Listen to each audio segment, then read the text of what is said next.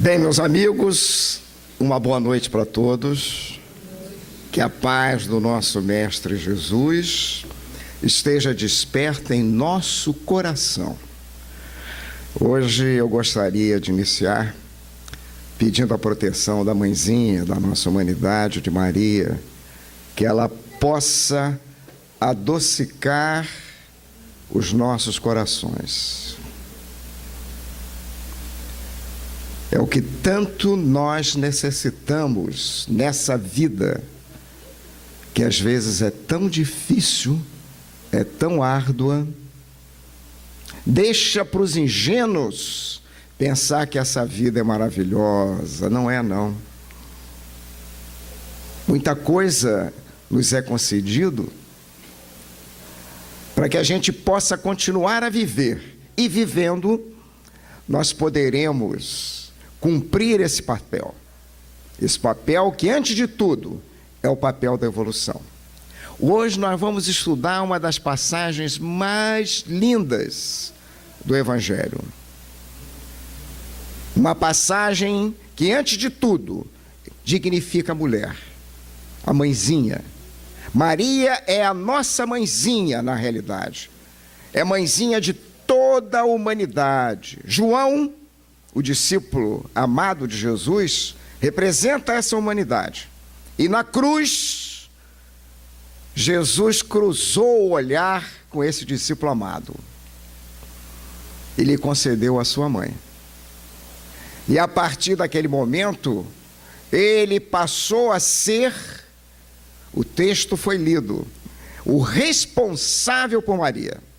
Eu vou ler de novo o texto, porque é nessa leitura e é na repetição que nós vamos cada vez subir um degrauzinho nessa escada evolutiva. Vamos começar com Mateus. Mateus significa presente de Deus. Esse evangelista nos deixou um grande presente. Nome Mateus é presente. E é tão simples, ó. Estavam ali muitas mulheres. O texto vai citar 5 mulheres. Tinham mais. Contemplando de longe, não estavam de perto. Interessante, né? Que lá em João estava junto à cruz. Ué, está junto à cruz ou está de longe? Ela já escolheu, tá vendo? De longe. Na realidade, a melhor escolha é exatamente ficar longe dessa cruz, dessa dor, desse sofrimento. Mas aquele que quer evoluir não foge disso. Então é interessante que Maria estava perto da cruz, não era perto, colada à cruz, porque o soldado romano não deixaria. Poderia interferir com alguma coisa naquela operação da crucificação. Então a gente pode ficar no meio termo, né? Alguns mais longe e outros mais perto. Contemplando de longe, as quais tinham acompanhado Jesus desde a Galileia. Ele estava em Jerusalém, ele foi crucificado em Jerusalém, que na Judeia. Então saíram lá da Galileia. Galileia significa jardim profundo. Galileia representa a estrutura íntima de todo ser humano. Essa profundidade nossa. E nós vamos para a Judeia. Judeia é terra do louvor. Nós adoramos um louvor, né? Uma fumacinha, um cristalzinho, né? Uma roupa especial. Isso é coisa do homem, não é da Galileia. O profundo do ser não precisa disso. Então eles vieram, essas mulheres, acompanhando Jesus desde a Galileia para servir Jesus.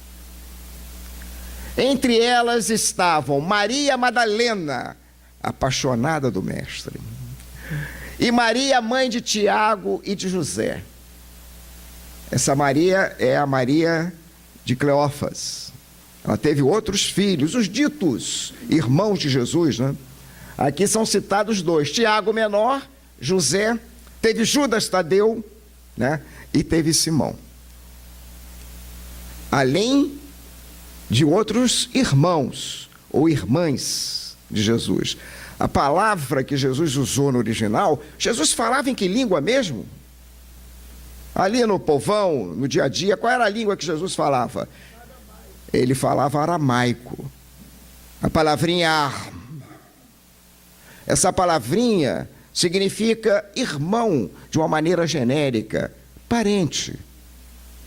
Por exemplo, dentro de um centro espírita, não é muito comum a gente dizer, minha irmãzinha querida, mas nós não fomos gerados pelo mesmo pai e a mesma mãe. Entenderam? Significa aquele ser que tem alguma sintonia conosco. A gente poderia dizer parente, primo, amigo.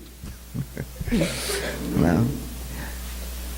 E a mãe dos filhos de Zebedeu, isso é Maria Salomé, que era a mãe dos filhos de Zebedeu. Ela era casada com Zebedeu. Quem eram os filhos de Salomé? João Evangelista, esse que escreveu aqui o texto que nós vamos ler, por exemplo, e Tiago Maior, o patrono da Espanha, né, de Compostela. Primeiro mártir do cristianismo. Sem contar, não é isso, Estevão. Vamos ler João. Estavam, porém, junto à cruz de Jesus, a mãe dele, Maria de Nazaré, a irmã da mãe dele, Joana de Cusa, era a irmã de Maria. Joana de Cusa é mãe de Salomé, é avó de João, é tia de Jesus. Salomé é prima de Jesus, era uma parentela ali presente. Estão reparando? Naquele momento da cruz, né? E Maria, a esposa de Cleófas, e Maria Madalena. Interessante que João não cita a sua mãezinha biológica, Salomé. Né? Esse que é dito o discípulo amado de Jesus. Vendo então Jesus, sua mãe, ao lado, o discípulo que amava, gozado, por que ele não escreveu no seu evangelho? Eu, me vendo ao lado da sua mãe. Não é assim. O evangelho de João, ele é um evangelho, eu diria, né, espiritual. Ele é um evangelho pneumático, em grego. Ele é de espírito que se manifesta. João Evangelista é um médium. Ele escrevia o que o plano espiritual evoluído transmitia para ele. Entenderam? Por isso que ele dizia sempre, assim, o discípulo amado. Ele viu aquele discípulo que Jesus amava. Ele não fala eu. Ficou claro isso? Interessante, né? Vendo então Jesus, sua mãe, e ao lado o discípulo que amava, disse à mãe: mulher, eis teu filho. Interessante, né? Parece que Jesus não tinha muita consideração com Maria, né? A gente não fala assim, mulher. Eu, inclusive, estou falando com um tom de voz, né, diferenciado. No original, ela como se ele dissesse assim, senhora. A palavrinha no original é o Nossa Senhora. Mulher, eis o teu filho. Depois disse ao discípulo, eis tua mãe, e desde essa hora tomou-a. O discípulo, o que é que ele não diz aí? Eu a tomei, né? Tomou Maria, o discípulo, como coisa própria, como a sua mãezinha na realidade, e passou a tomar conta dela até os últimos momentos de Maria. Inclusive a levou para Éfeso, lá na Turquia, morou bastante tempo. Ela ficou bem idosa e ela desencarna lá em Éfeso. O panorama da história está colocado aí para vocês, né? Então agora nós vamos detalhar toda essa história. Por isso que eu pedi a Maria para adocicar o nosso verbo. Primeiro era a época de Páscoa, estava em Jerusalém. Jesus foi preso lá no Monte das Oliveiras, no Getsemane. Durante a noite foi levado para a casa de Caifás, tudo irregular. perante a lei judaica. A Torá não permite fazer isso. Tem que ser às claras, a justiça tem que ser às claras. E tem que ser justa perante o próprio Deus, Deus como lei. Ele foi julgado inicialmente pelo Sinédrio e foi condenado por blasfêmia. Qual foi a condenação de Jesus? Que ele afirmara que era filho de Deus. Filho de Deus é um hebraísmo. Filho de alguma coisa no hebraico, essa alguma coisa é característica do filho.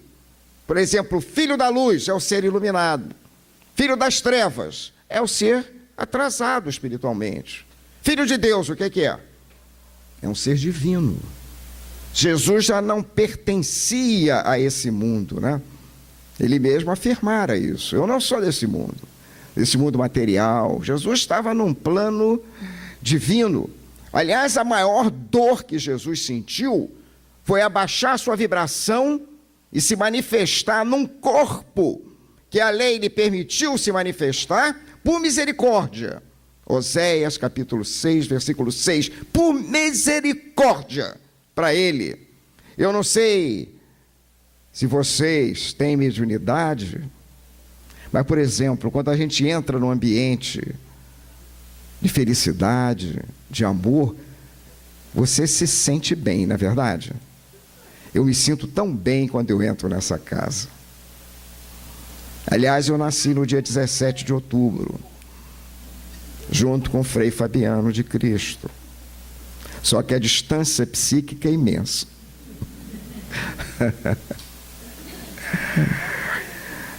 Nós também sentimos uma vibração densa quando nós entramos num ambiente desarmonizado. Da importância do culto no lar, da oração no seu lar, para os seus filhos, para os seus companheiros, nessa jornada, transformando aquele ambiente num ambiente saudável. Viram a dor de Jesus? Um espírito divino baixar a sua vibração e se manifestar num plano de provas e expiações. Isso é muito pior do que cruz, do que lança no seu peito. É muito pior, inclusive, da sua mensagem ter sido somente aceita por poucos. Muito bem. Mas levar Pilatos para um julgamento final, porque o judeu não podia matar, só quem podia matar era o representante de Roma. Dizer que ele era filho de Deus, isso para Pilatos... Tanto que o imperador romano era filho de Deus, Deus do panteão romano.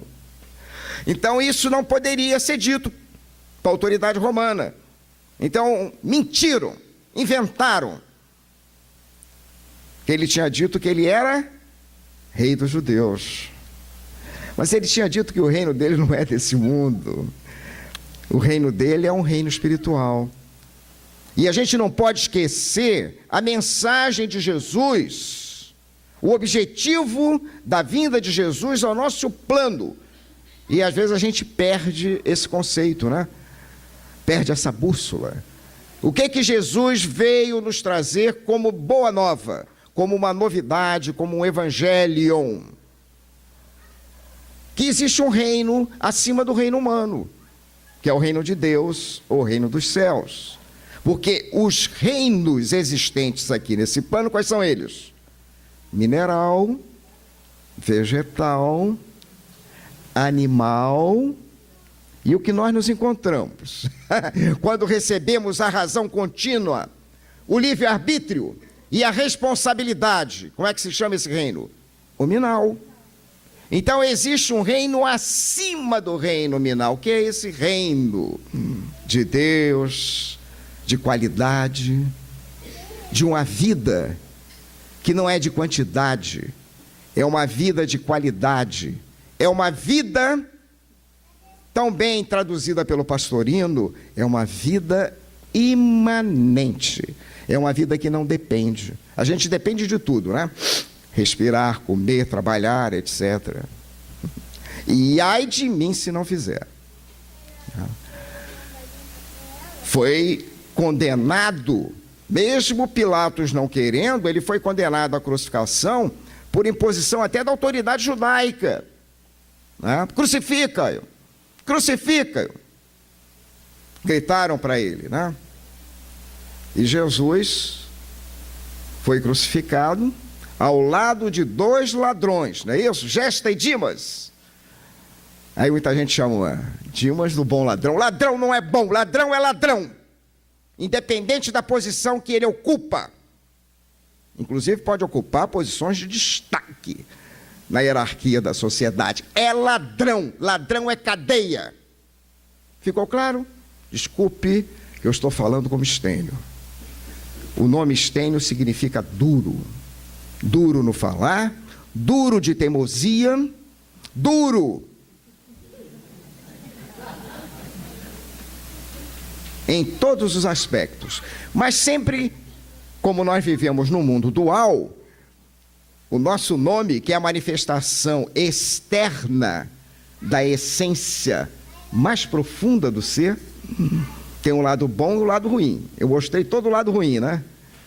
Agora, tem um lado bom. Qual é o lado bom? De ser duro. Por exemplo, duro na queda, quando passa por uma situação difícil na vida, e todos nós passamos, hein? Alguns jogam a toalha muito cedo, né? Desistem, se revoltam. Lembrando o nosso querido Pietro Baldi, são nesses momentos difíceis de dor que eu vou mostrar se eu sou evoluído ou não. Porque o involuído, ele perde as estribeiras, ele reclama e faz tudo errado. E o evoluído passa pela situação difícil, buscando resolvê-la com todo o seu esforço, porque a pior posição que existe é o morno. Morno não presta. Morno vomita, como está na Escritura. Aí vem uma outra situação mais difícil para despertar o paralelepípedo. Ficou claro? Muito bem. Então, ladrão é ladrão. Dimas era ladrão, mas ele teve um primeiro movimento, que é o arrependimento, né? Em verdade vos digo, agora, estou te dizendo isso agora, depois que você cumprir tudo para corrigir o que você falhou, estarás comigo no paraíso. Cuidado, né? Em grego não tem vírgula, então cuidado com a frase. Muito bem. Dando continuidade,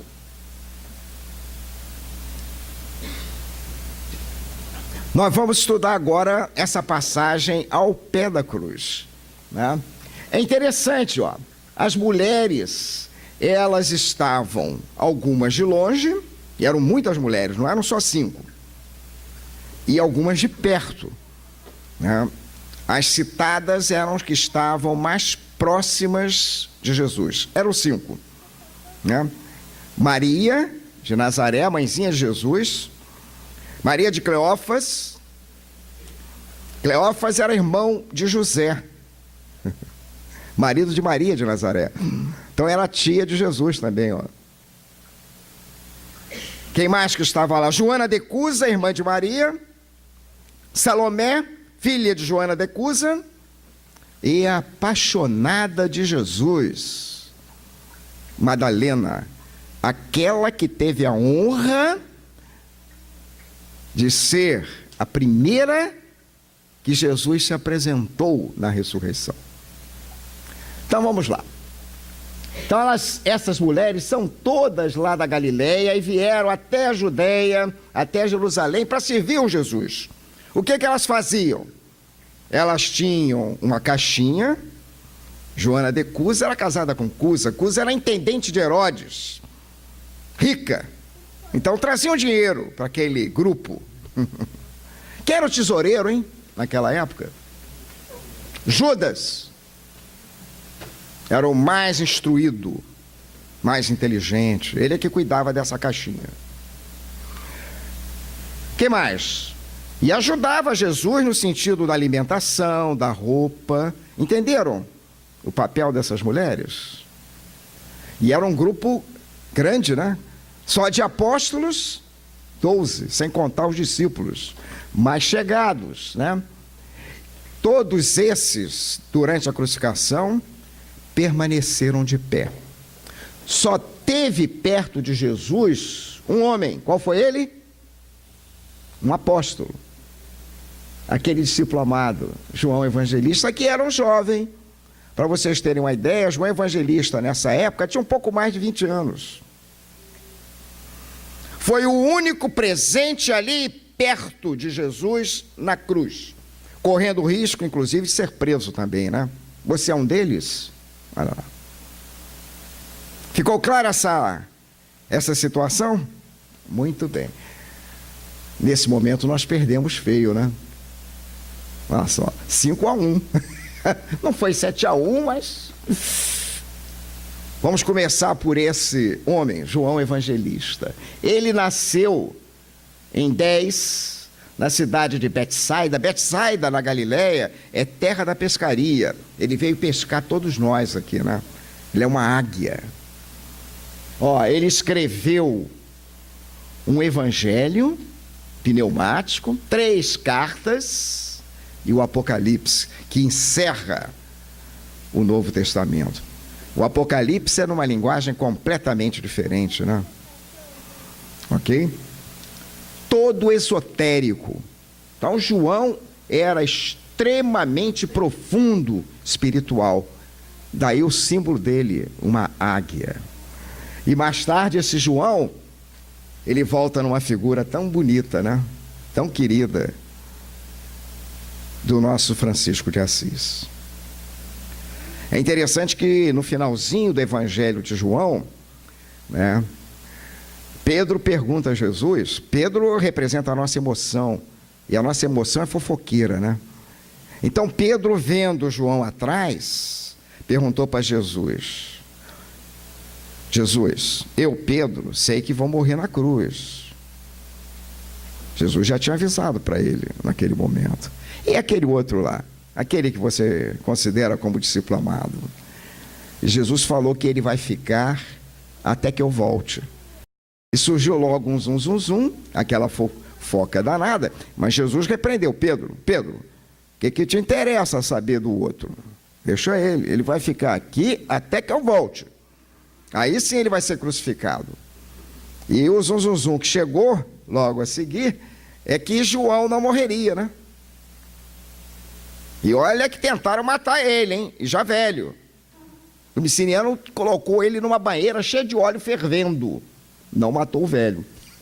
Depois mandou ele para a ilha de Patmos. Foi lá que ele escreveu o Apocalipse. Velhinho. Lá na ilha de Patmos, ele chamava os irmãos peixinhos, o irmão mar, o irmão sol, a irmã lua. E gostavam tanto dele que acharam melhor trocar o nome dele. Porque se vier de Roma uma ordem para matar esse velho, virá uma ordem para matar João. Vamos mudar o nome dele. Qual foi o nome que deram para ele? Francisco. Francesco. Então, no século XIII, ele volta na figura tão linda, né? 12, 13, olha lá. Na figura de Francisco de Assis.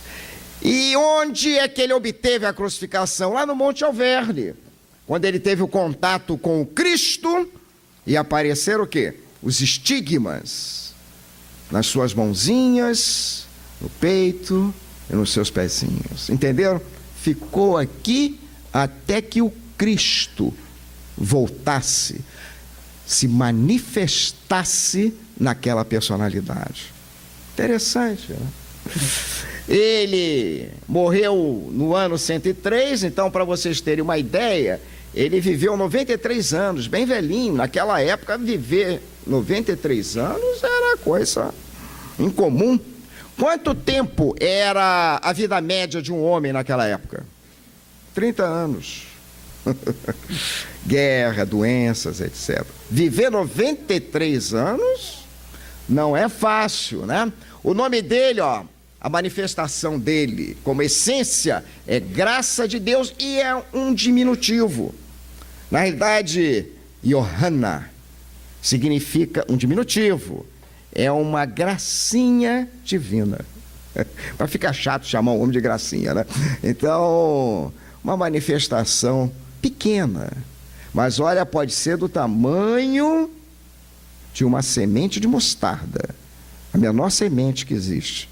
Depois ela vira uma árvore de 4, 5 metros de altura, onde os pássaros vêm fazer até os seus ninhos nas regiões de sombra. Isto é, se manifesta de maneira evoluída, de tal forma que a espiritualidade evoluída se sintoniza com ele lá.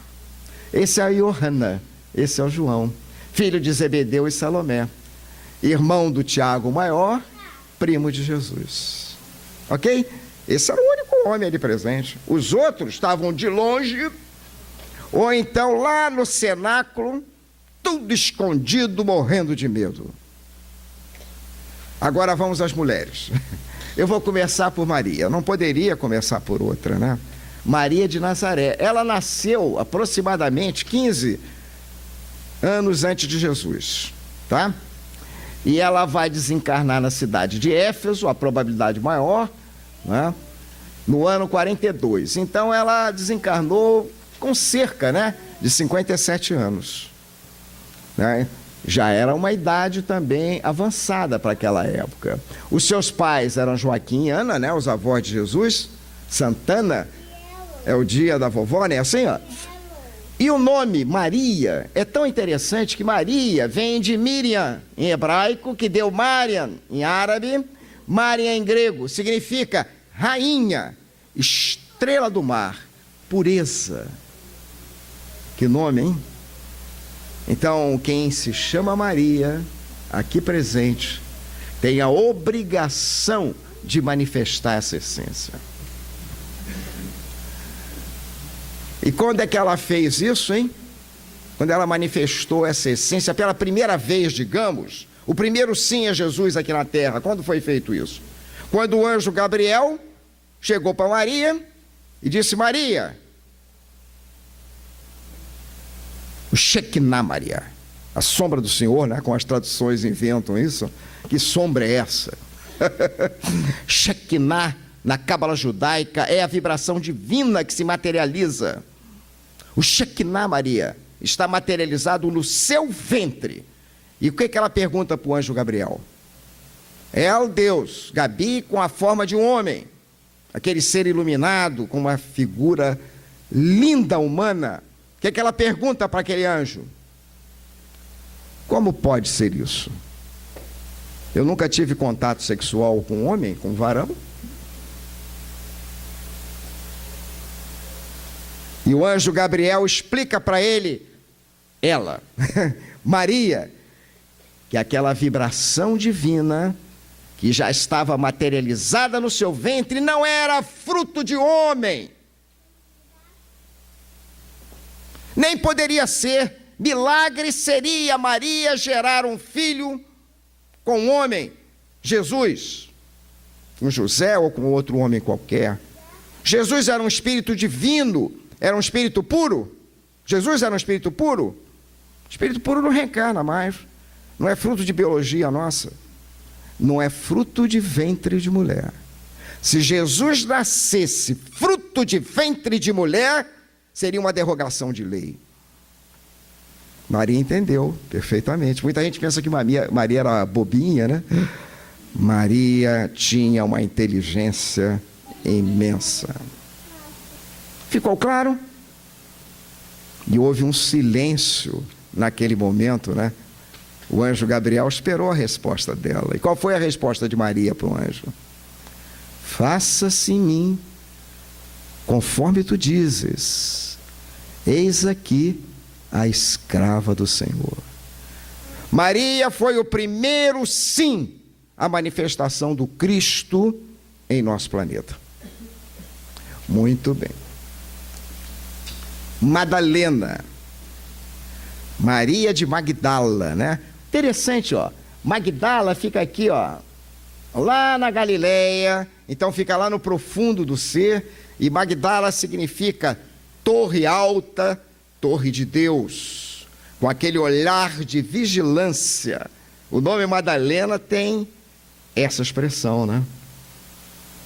Se colocar numa altura, numa vibração espiritual de pureza imensa, para fazer o quê? Ser vigilante nessa manifestação, né?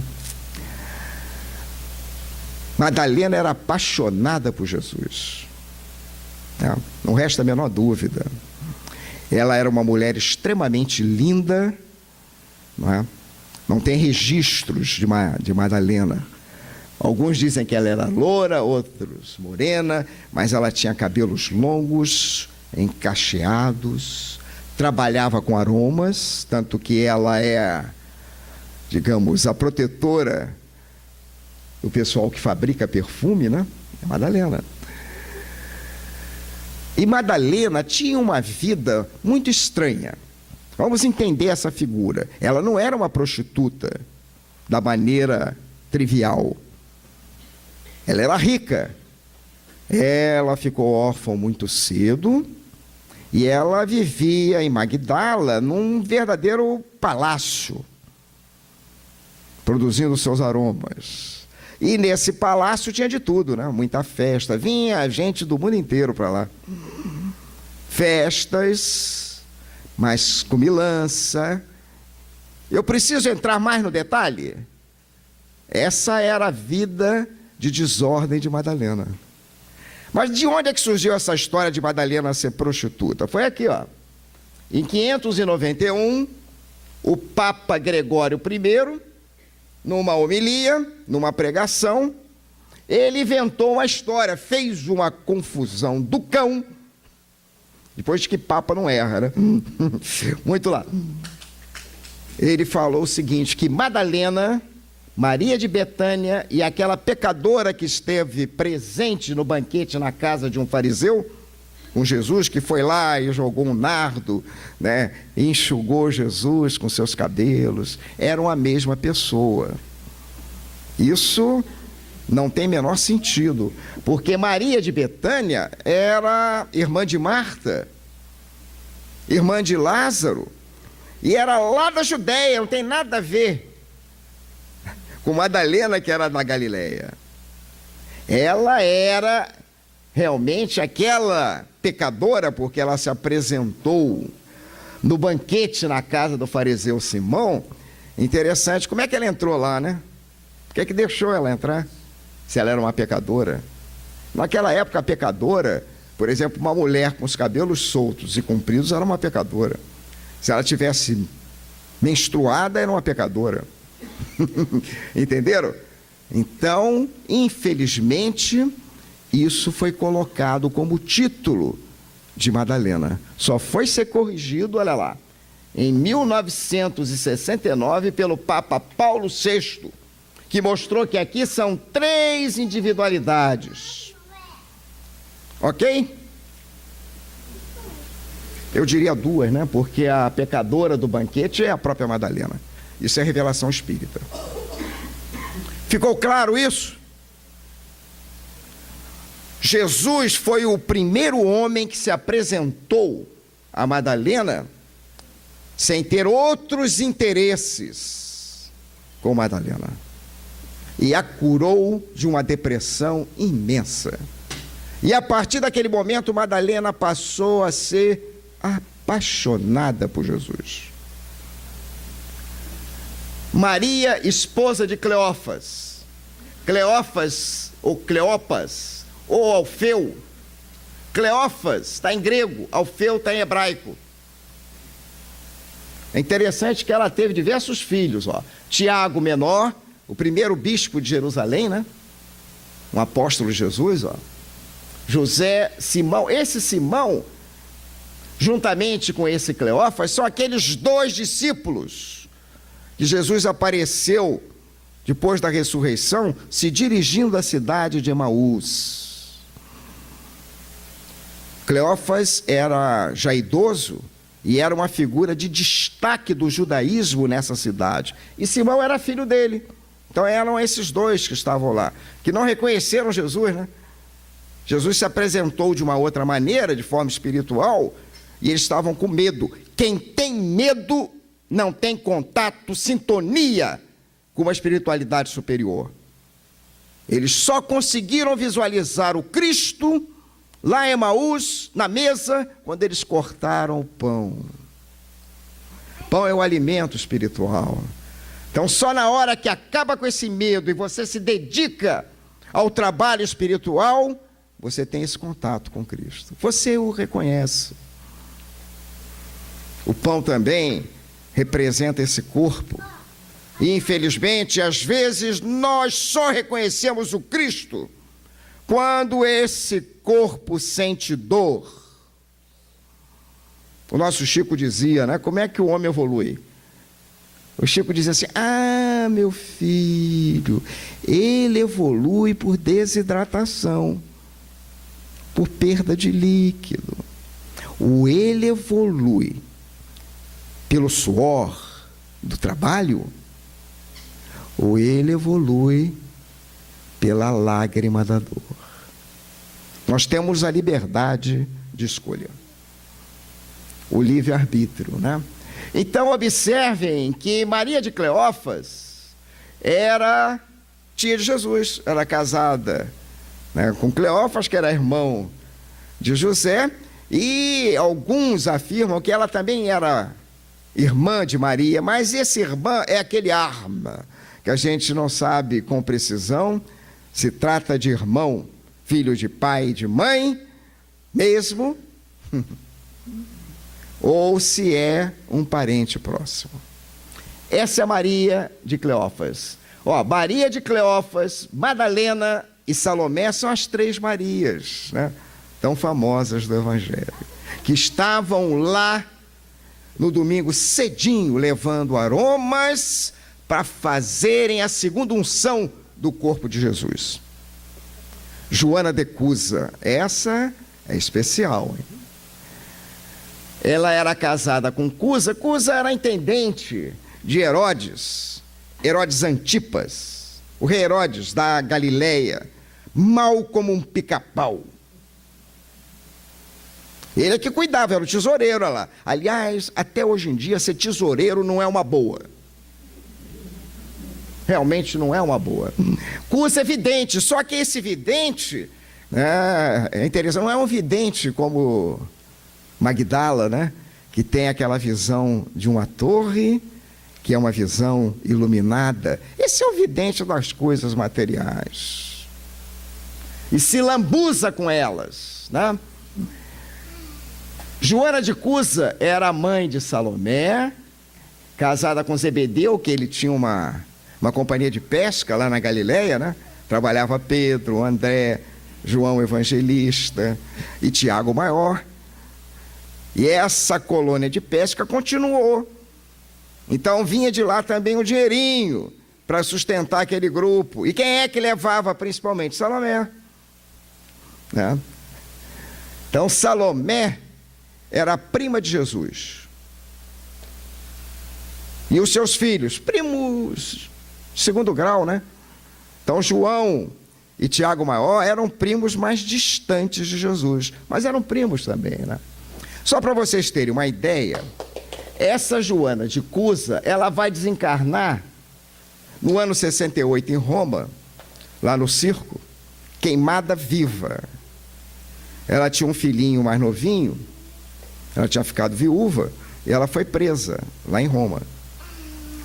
E até o final dessa dor, desse sofrimento lá no circo romano, o filhinho pedia para ela: abroga, nega ser cristã.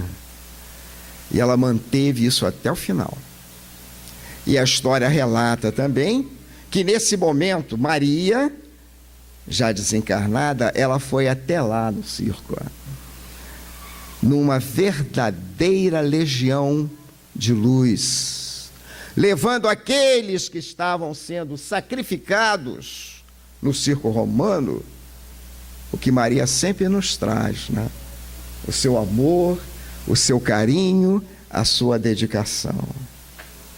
Foi aí que começou o cântico no cristianismo.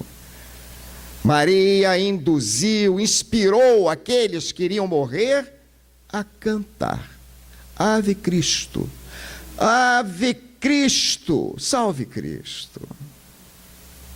Esses que estão para serem sacrificados te saúdam. E era interessante que eles desencarnavam antes da dor física, material. Essa Joana reencarna mais tarde como Clara de Assis, olha lá. Mais tarde como Juana Inês de la Cruz, protetora do México. Mais tarde, Sor Joana Angélica de Jesus em Salvador, que deu a sua vida para proteger as feiras do seu convento na Lapa contra os soldados portugueses. O nosso querido Divaldo a recebe mediunicamente. É a nossa Joana de Ângeles. Então estamos dando uma trajetória desse espírito de imensa luz. Salomé. Salomé é Shalom. Shalom é paz. Então Salomé nos traz essa paz. Esposa de Zebedeu, mãe de Tiago Maior e do João Evangelista. Interessante, né? Joana de Cusa é a avó de João Evangelista, o discípulo amado. Sua filha, né, Salomé, é mãe de João Evangelista. Inclusive, ela pediu para Jesus que arrumasse um lugar especial para esses dois filhos queridos, né? E Jesus explicou para ela: você não sabe, mulher, o que você está me pedindo. Não sou eu que coloco em posição de destaque na espiritualidade superior. Isso é a lei que coloca, é Deus. Então Salomé pediu uma proteção para os seus filhos. Isso é coisa de mãe. Prima de Jesus, né? Prima de Jesus. E deixamos para o final a troca de olhares, né? De Jesus com João. João, interessante, Jesus não tinha mais nada, né? Naquela época, é que as figuras hoje retratam Jesus com panos. Não, estava nu. O romano crucificava o sujeito sem roupa. Tanto que a roupa de Jesus foi retirada e eles jogaram sorte, né? Porque a sua túnica era sem costura, né? A túnica de Jesus não tem emenda, porque ele é um espírito divino. A minha está precisando de muito conserto. Tenho consciência disso, a nossa aura, né? Então, João, eis a tua mãe. Senhora, eis o teu filho. E a partir daquele momento, esse João passou a ser a nossa humanidade. E Maria passou a ser a mãezinha de todos nós. E muito interessante que ele vai cuidar de Maria até o finalzinho dos seus dias. História linda, né? Alguém tem uma dúvida? Podemos fazer a nossa oração?